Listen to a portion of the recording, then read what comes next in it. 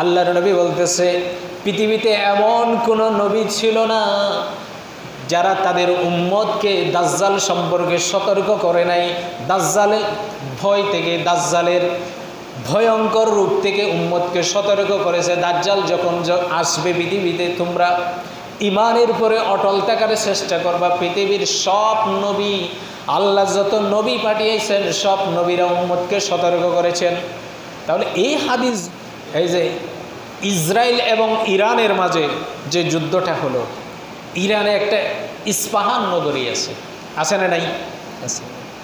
ইহুদিরা ইসরায়েলের যত মিসাইল ইরানে পড়েছে, কিন্তু ইস্পাহান নগরীতে ধ্বংস হয়েছে, ক্ষয়ক্ষতি হয়েছে, এইরকম নিউজ কিন্তু পাইনি। পাইছেন আপনারা? পাইছেন? দেখিনি। ইস্পাহান নগরী আছে, ইহুদিরা ইস্পাহান নগরীতে একটা ডিল ছুটে নাই। কেন ছুটে নাই? কেন ছুটে নাই? কেন ইস্পাহান নগরীতে একটা মিসাইলও মারে নাই? কেন মারে নাই? আল্লাহ রাসূলের হাদিস শুনে।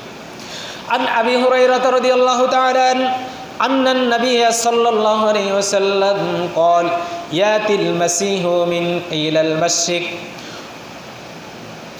يبتغي الدجال من يهود أصبحان 70,000 عليهم التيليسية।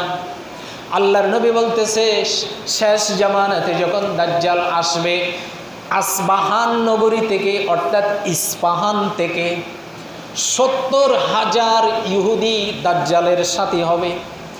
এখনো ইরানের যে ইস্পাহান নগরী আছে, শতকরা 80 জন ইহুদি জনসংখ্যা, শতকরা 80 জন ইহুদি ইস্পাহান নগরীর জনসংখ্যা বসবাস করে ওখানে।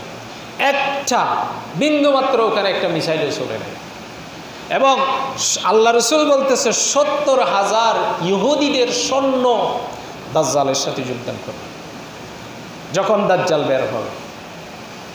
তাহলে এই হাদিসগুলা আমাদের সামনে যখন আসে, যখন আপনি এই হাদিসগুলা যখন পড়বেন, বর্তমান পৃথিবীর ভূপ্রেক্ষাপট অনুযায়ী মনে হবে যে দাজ্জাল আসার রাস্তা মানে সব কিছু প্রশস্ত হয়ে যাচ্ছে, দাজ্জাল হয়তো শীঘ্রই আসবে।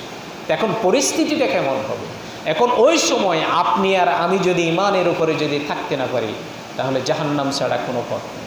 আল্লাহ সুবহানাহু ওয়া তাআলা দাজ্জালের ফিতনা সম্পর্কে আমরা পর্যায়ক্রমে